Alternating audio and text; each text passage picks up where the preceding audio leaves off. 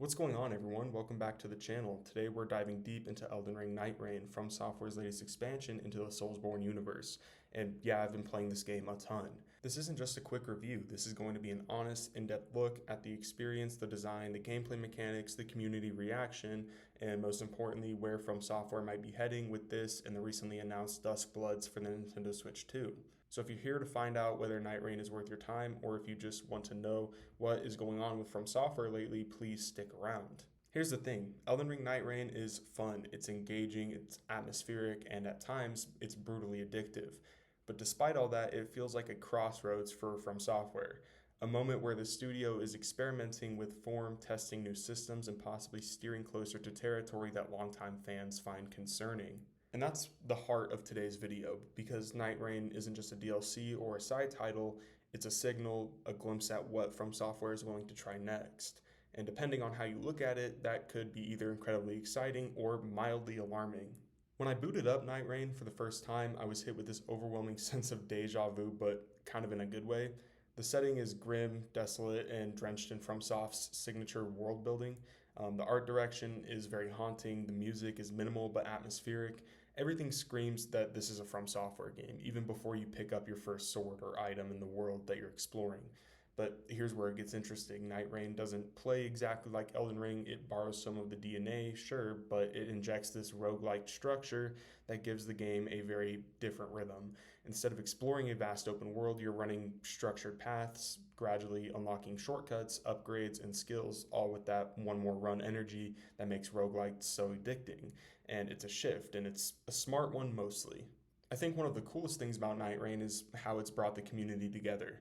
The Soulsborne fanbase is already one of the most passionate in gaming, but with Nightreign, it feels like we've got a new hub, a central point of conversation, challenge, and lore speculation. Just like back in the early days of Dark Souls 1 or Bloodborne, people are online comparing builds, posting wild boss fights, debating endings, or digging into the deeper meaning of the world. And there's a spark again, something we haven't really seen since Elden Ring's initial launch. Nightreign doesn't try to reinvent the community dynamic, it just gives it enough fuel to reignite. And that might be the game's strongest contribution so far. Even more than the gameplay itself, it reminds us why we show up for these games, the challenge, the discovery, the obscure lore you only uncover after your 20th death on the same boss. So let's go ahead and talk about gameplay, because this is where Nightreign steps away from the traditional FromSoft blueprint and takes some real risk. Unlike Elden Ring's sprawling open world or Dark Souls interconnected labyrinths, Nightreign is built around a roguelike structure. That means death isn't just a setback, it's part of the grind. You go in, collect, find upgrades, and gradually build yourself up to tackle tougher and more randomized runs. And honestly, I really love it. It's great for the Souls formula and it flows really well. There's something deeply satisfying about making each run feel meaningful, especially when you start recognizing patterns, optimizing your loadout, and figuring out what buffs or gear best suit your playstyle. It's a different kind of tension, less about long-term exploration and more about micro survival, room by room, zone by zone. You get it, okay? Dungeon by dungeon, whatever. The bottom line for me is it feels fresh, controlled, but also very addictive. But let's be honest, even with all that praise, it's not flawless. Now here's where my criticism starts to kick in. While the gameplay loop is solid and the grind is very enjoyable, Nightreign starts to feel repetitive once you hit that 30 to 40 hour mark. You begin to see through the cracks a little bit. Enemy placement starts repeating, boss mechanics lose their novelty, and while you're still progressing, the game starts giving you less and less to work toward. And look, it's not that there isn't content. It's the type of content that doesn't always evolve. You're grinding, yes, but after a while you begin to ask, what for? This isn't like Elden Ring where you might stumble across an entirely new dungeon 80 hours in. In Nightreign, the structure limits surprise, and once you've learned the layout, that surprise is kind of gone, and with it, a good chunk of your motivation as well. That's just what I've noticed with my experience with the game. I have about 25 to 30 hours. So like I said, 30 to 40 hour mark is, a good place where you start to feel like this. And look, that's not to say that the game isn't worth your time. That's not the case at all. You can easily get 50 to 100 hours of solid gameplay out of it, especially if you're like a trophy hunter or like a completionist, or you like doing challenge runs, stuff like that. But the ceiling isn't as high as previous From Software games. And that's something fans will definitely notice here. And I think, a majority of the community will agree with me on that for sure. This isn't a mainline title, it's not Elden Ring 2, it's a focused, lower priced game that's clearly meant to be an experiment, a side story, if you will, not a centerpiece. And when you look at it through that lens, a lot of the criticisms start to make more sense. That said, it is fair to wish there was just a bit more meat on the bone, if you will. More bosses, more secrets, more weapons to hunt down, lore pieces to obsess over, because even with a greater structure and solid combat, a game like this thrives on variety, and that's the one thing Nightreign could have used a bit more of. Now, I really want to give From Software some well earned credit because in a time when game prices are ballooning and deluxe editions are loaded with nonsense, Nightreign is refreshingly honest. The game is priced at $40, and for what you're getting, that feels way more than fair. No paywalls, no predatory monetization, no battle pass. You buy the game and you get the full experience, straight up. And that's kind of incredible when you think about what other studios are doing. $70 price tags for unfinished content, $20 cosmetic bundles, early access locked behind premium editions. You don't get that here. FromSoft easily could have charged more, and they didn't. So while I have my criticisms about the content depth, I also respect the decision to price this reasonably. It shows a level of respect for the fan base, and that's something the industry desperately needs more of right now. And look, the bottom line here is some fans are worried, and not without a good reason. Nightreign is releasing almost back to back with the announcement of Duskbloods, another From Software game coming to the Nintendo Switch 2. And while Duskbloods hasn't revealed too much, early leaks and teaser descriptions mention evolving world events, rotating bosses, and seasonal content, which has triggered alarms for a lot of longtime Souls fans, okay? Even myself included. The concern is simple. Is From Software testing the waters for live service? Because let's be real, the moment you hear phrases like seasonal updates or reoccurring world states, it sounds like Destiny, not Dark Souls. And for a studio that built its reputation on complete, tight, focused experiences, that could be a very scary shift. But here's the thing, Miyazaki himself has addressed this. In a recent interview, Miyazaki clarified that the close release of Nightreign and Duskbloods is a coincidence. He emphasized that these are side projects being led by other directors at From Software, not him. The goal is to allow newer creative leads to explore different ideas while he continues to work on major single-player titles in the background. So no, From Software isn't abandoning its roots. They're just experimenting, testing new formats, letting different voices have their moment. And while Nightreign and Duskbloods might be a taste of something new, Miyazaki made it clear that the core DNA of the studio, slow-burning, single-player, lore-rich masterpieces, isn't going anywhere.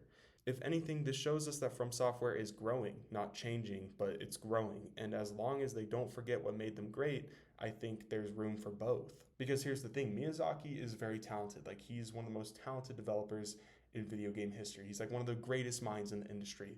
But there's also some incredible talent at From Software. So the fact that he's giving them room to shine and experiment with other projects, that has me really excited because I want to see what From Software has to offer. Like, I want to see like a From Software survival horror game, for example. That's something that I want to see from this studio. Like, I want them to experiment all across the board because they're just so talented. Like, I loved Armored Core 6. It was completely out of their element, and it was a great game. Nightreign, completely out of their element, but I'm having fun with it. So I want to see more talent at From Software rise to the occasion and direct games because there's some brilliant minds in this studio. There really is, not just Miyazaki. Before we wrap this up and I give you my final rating out of 10 for Nightreign, let's talk about something that's already got fans buzzing, and that's the rumored DLC for Nightreign. According to recent reports, From Software is planning to release an expansion around Q4 of 2025. And while details are still extremely limited, the fact that it's even been confirmed this early tells us something. They're not done with this world yet, and honestly, I'm not against it at all. In fact, I think a DLC could be exactly what Nightreign needs. We've already talked about the repetition issue, the lack of variety, the grind that sometimes doesn't feel fully justified by the rewards. A well-crafted DLC could patch all of that up, and even elevate the base game to something truly great. Let's just look at From Software's DLC track record, okay? We have the Old Hunters for Bloodborne, Shadow of the Erdtree for Elden Ring. Those are amazing. Like, those are like some of the best DLCs in video game history, not to mention the ones, the DLCs for Dark Souls 1, Dark Souls 2, Dark Souls 3, like, they're great, dude. They're really good. Every time FromSoft has dropped DLC, it's been more than just an add-on, it's been a statement, and usually some of their most iconic bosses, weapons, and story moments come from those expansions. So if they approach Nightreign's DLC with the same level of care, adding in new zones, new bosses, a deeper roguelike progression system, and maybe even some expanded lore threads, I'm all for it. I really am. price it at like 20, 30 bucks, boom, I think that's fair, man. I think that is more than fair. No drip fed chapters, no micro expansions, just one solid meaty DLC that justifies its existence, like FromSoft always used to do. If they can pull that off, Nightreign could easily go from a fun but limited side project to a standout chapter in the Soulsborne legacy. And judging by their history, I'm cautiously optimistic. So where does that leave us? Elden Ring Nightreign isn't a perfect game, but it's a fascinating one. It's From Software stepping slightly outside their comfort zone without abandoning what made them great. It's condensed, experimental take on their usual formula with roguelike structure, faster pacing, and a sharper grind loop. Yes, it could use more content. Yes, the repetition sets in earlier than some might like. And yes, there are lingering questions about whether FromSoft is testing the waters for a live service future. But here's what matters. Nightreign is still fun, it's still engaging, and it's priced in a way that respects the player. In an industry that's starting to lose sight of what value means, that's a pretty big deal. And when you factor in the confirmed DLC, the strong foundation, and Miyazaki's reassurance that FromSoft is sticking to its roots, there's real potential here. This could be the start of something fresh without becoming something soulless. So what's my score? I'm giving Elden Ring Nightreign a 7.8 out of 10. It's not quite legendary, but it's meaningful, and it's got room to grow. If you're a fan of From Software, I think it's worth your time for sure.